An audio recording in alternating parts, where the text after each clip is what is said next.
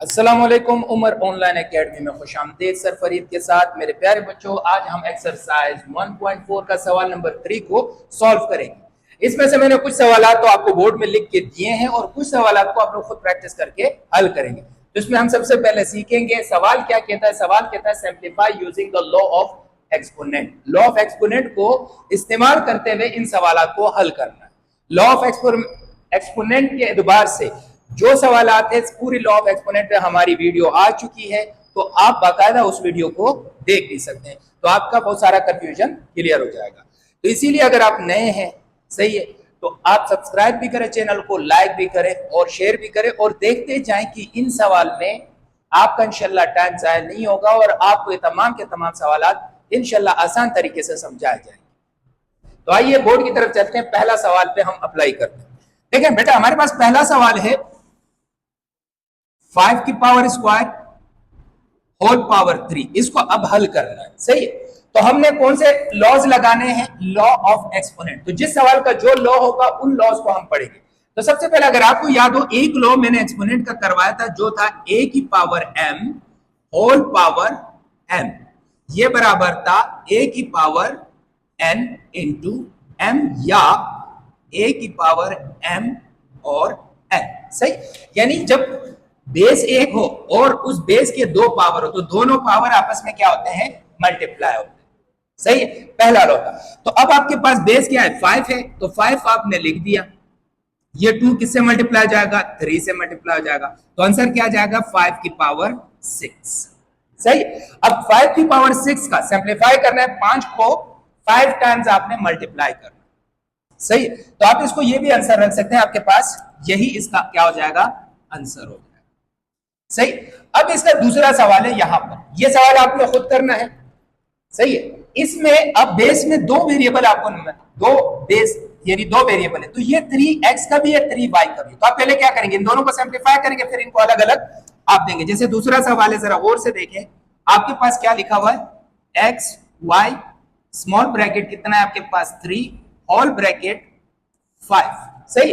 इसको दो मेथड से आप कर सकते हैं, रूल यही अप्लाई होगा, सही। इसको एक बेस मानकर इन दोनों को मल्टीप्लाई करते हैं, फिर बेस को दोनों पर अलग अलग करते हैं, सही। और एक मेथड आप ये कर सकते हैं कि पहले इस बेस को दोनों को अलग अलग करके देते हैं, फिर उस बेस को दोनों को अलग अलग करके देते हैं। जो आपको इजी लगे उसी तरीके से आप करें। जैसे हम दोनों तरीके करते हैं, एक्स वाई की होल पावर 3 और फिर उसकी होल पावर 5। इस लॉ के मुताबिक 5 3 से मल्टीप्लाई हो जाएगा, क्या होगा? एक्स वाई की होल पावर 3 इंटू 5 क्या हो जाएगा आपके पास? एक्स वाई की होल पावर क्या हो जाएगा? 15। ये 15 एक्स पे अलग अप्लाई होगा और ये 15 वाई पे अलग अप्लाई होगा। तो ये भी आपको यहां से पता चला कि अगर हमारे पास दो मुख्तलिफ वेरिएबल बेस की शक्ल में हो तो दोनों को पावर अलग अलग दे सकते। एक तो इसका ये मेथड। दूसरे मेथड के मुताबिक आप ये भी कर सकते हैं कि जैसे तुम्हारे पास यही सवाल है और इसका होल पावर 5 है, तो ये 3 को अलग अलग लिख दो। x की पावर 3 हो जाएगा, y की पावर 3, होल पावर क्या रह जाएगा? 5। अब ये 5 दोनों का अलग अलग है, x की पावर 3 इंटू 5, y की पावर 3 इंटू 5, सही। तो क्या हो जाएगा? x की पावर 15 और y की पावर 15। जो मेथड आपको आसान लगे इन दोनों में से कोई सा भी मेथड आप कर सकते।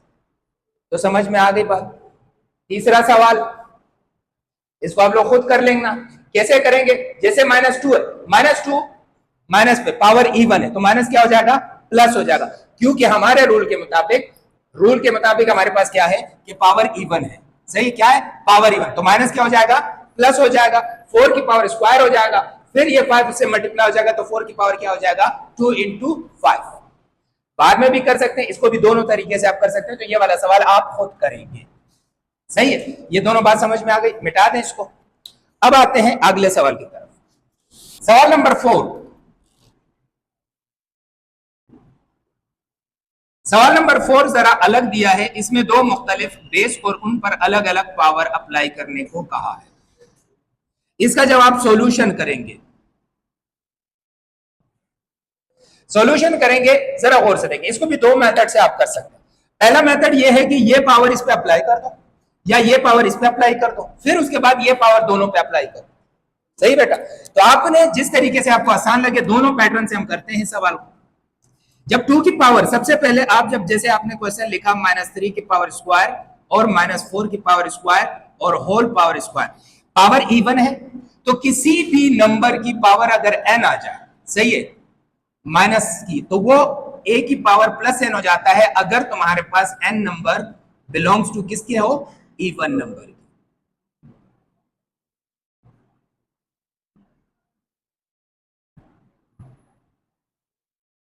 समझ में आई बात?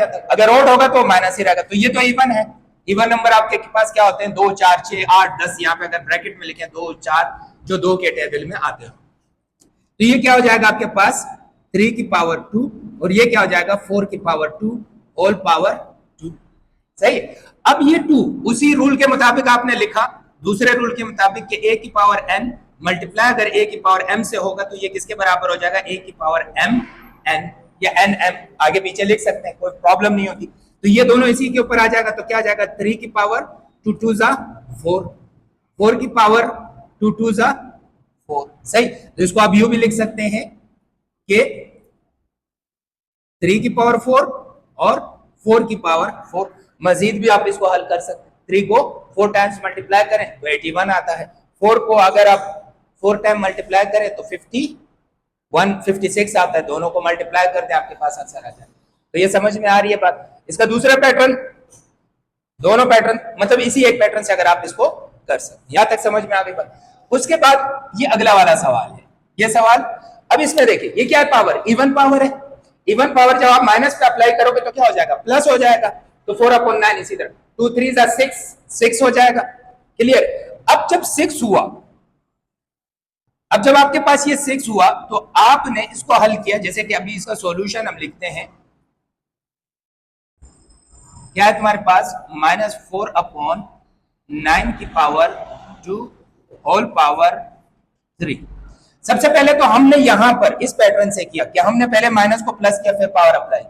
अब इसको दूसरे पैटर्न से ये भी कर सकते हैं कि पहले इन पावर को अप्लाई करो तो ये -4/9 रहेगा, 2 3 जा 6, ये इस लॉ के मुताबिक। तो ये क्या बन जाएगा आपके पास -4/9 होल पावर क्या हो जाएगा 6। 6 इवन नंबर है तो माइनस क्या हो जाएगा, प्लस हो जाएगा, तो तुम्हारे पास 4/9 की पावर 6 रहेगा। तो इसको आप यू भी लिख सकते हैं कि 4 की पावर 6 और 9 की पावर 6। समझ में आ गई बात? कोई प्रॉब्लम तो नहीं है यहां तक? यहां तक सारे सवाल क्लियर हो गए आपके पास? अब अगर हम इनके अगले सवाल की तरफ जाते हैं, अच्छा इस सवाल को भी इस मेथड से आप कर सकते हैं और इस सवाल को भी इस मेथड से भी आप कर सकते हैं। सही है। अब हमारे पास अगला सवाल है 7वां।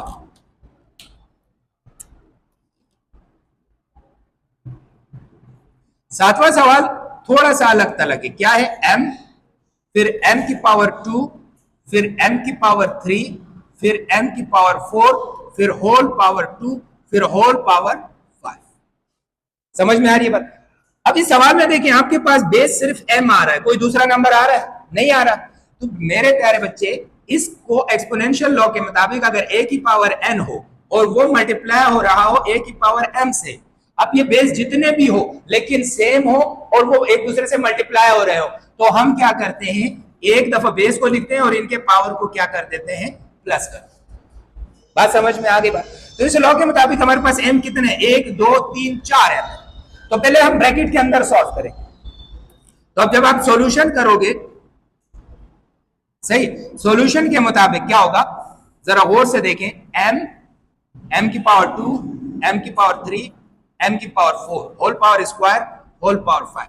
अब आपके पास कितने m है, 1 2 3 4, उसकी जगह एक m लिख लिया क्योंकि ये m आपस में मल्टीप्लाई हो रहा है। अगर यहां मल्टीप्लाई नहीं दिखा रहा तो इसका मतलब है क्योंकि हम वेरिएबल को, कोई भी वेरिएबल जो दो ज़रब में हो, चाहे सेम हो चाहे अलग हो, तो उसको हम u भी डॉट से भी लिख सकते हैं और u करके भी लिख सकते हैं।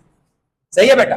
तो एक m, अब इस m की पावर क्या है 1, तो 1, इस m की पावर क्या है 2, इस m की पावर 3, इस m की पावर 4। यहां तक बात समझ में आ गई? अब आप इनको सिंपल जमा कर दें, m की पावर 3 और 3 6 और 4 10,